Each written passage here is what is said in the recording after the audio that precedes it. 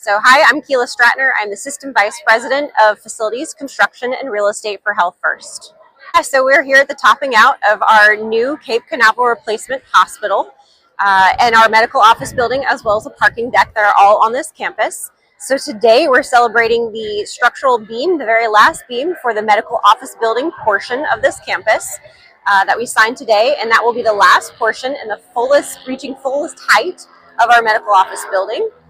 Topping off ceremonies are a tradition in the construction world, as it's a monumental achievement to reach the fullest height of those buildings, and it represents all the work and planning and coordination of all the teams that it takes to put together something as complex as the buildings that are behind me. So we've already been in construction for a couple of years now to reach the point that we're at today. There's a lot of work going on within the hospital proper, so a lot of MEP fit out, which is basically your electrical, your plumbing, all of that rough-in is happening within the hospital building. We're prepping for a lot of large equipment, like our imaging equipment that's coming into the building. We're also putting in things like chillers and generators and such that go into what's called our central utility plant. All of those things get installed very early in the construction phase so that they can support the building and additional fit-outs such as drywall and other interior finishes. Which is what we're moving into now. So at the end of January, we achieved what's called a dry-in, and that means that the entire building is now structurally dry, so that regardless of the weather, we can continue doing interior work and it's safe from the elements. In the medical office building, that's just to my left, we are working on what we call the exterior. So the precast, which is concrete slabs that are installed and attached to the frame that start to work towards achieving that dry-in. That's the activity going on behind me. And then right behind the medical office building is our parking deck, and that's almost entirely built out, about 95%, and that will be one of the first things done. As you can see, this is a very tight spot, so that parking deck actually allows the construction workers that are on our site to park on site and have access to the buildings that are obviously under construction. Right now, we have about 400 construction folks on the site at any one time. And as we go into the summer months, we'll actually ramp up to about 800 folks on site at any one time, working on all that interior fit out. It's a very exciting impact to Brevard County. We've actually seen, even since we made our announcement of intending to build the replacement hospital at this particular campus, we actually saw kind of a real estate boom around this area where several parcels hit the market and were sold and have new life being breathed into them because of the anticipation of all the activity that will take place at this parcel.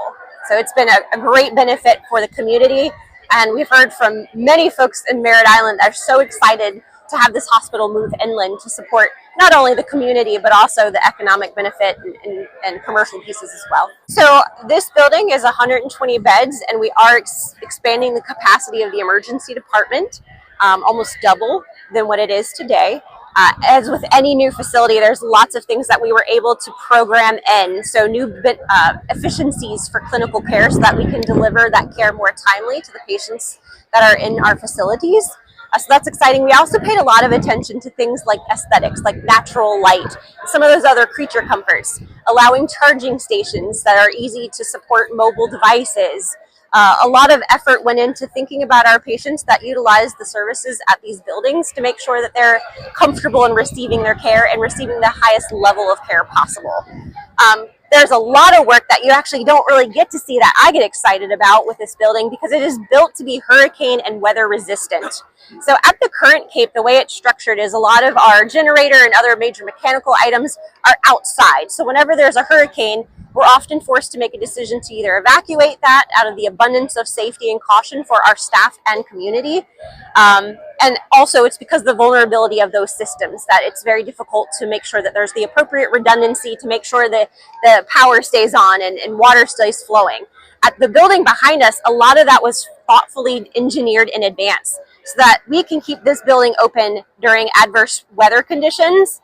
And in fact, on the 5th floor, we have what's called a penthouse, where a lot of those mechanical items that would be outside in unprotected areas are actually covered in the structure of the building so that our facility techs can continue providing care and maintenance to those systems in the midst of a hurricane and be completely safe and protected.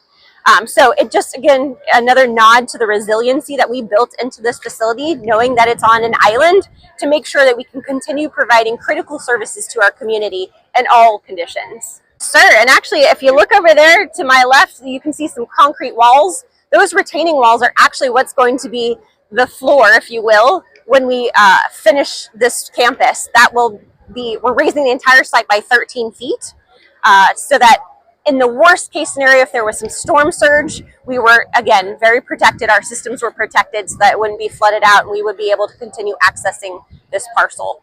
So we're actually starting that from the north to the south. So now that a lot of these buildings are complete, at least the exterior portions, you're going to start seeing the elevation increase from north to south. Generally for a hospital or something as complex as this, because it's not just a hospital, we also have the medical office building and a parking garage on a very tight site here at 14 acres. Generally in modern hospitals nowadays, you usually see about 20 acres. So this was a tight fit to make sure that we could get all the services onto the site. Design usually takes about a year, and then it's generally 2 to 3 years to actually construct all the buildings that are behind me. So we're very much in alignment with industry standards there. And especially with all the additional features that we packed into this site.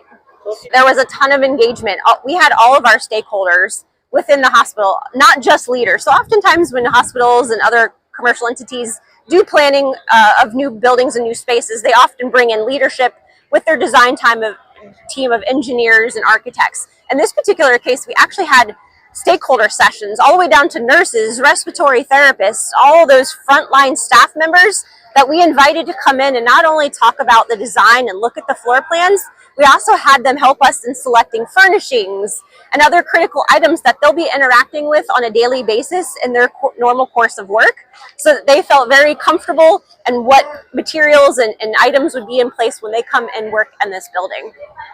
So all of the Health First facilities work together to make sure that we're providing care for all of our patients in the most efficient way possible. So we did strategically add additional emergency room capacity at this particular site.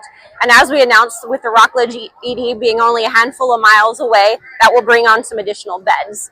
The Rockledge ED is technically an extension of our Vieira Hospital emergency room. So even though it's off-site, by a distance, they still work very much together. They work under the same policies, procedures, protocols, same devices, same physician group and care group that provide all of those entities. The only real difference is it's exactly the same as an emergency room, whether you come to this building, whether you come to Vieira, or whether you come to a freestanding ED.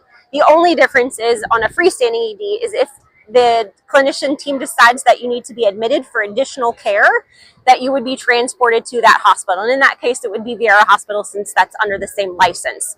But all Health First entities work very closely together to make sure that we are providing the most efficient care possible, so that if you present to one of our hospitals and for some reason there may not be the most ideal capacity due to surge or any other variables within the market, we have a very robust team that makes sure that we'll transport those patients to the next closest hospital to make sure you're in a timely manner.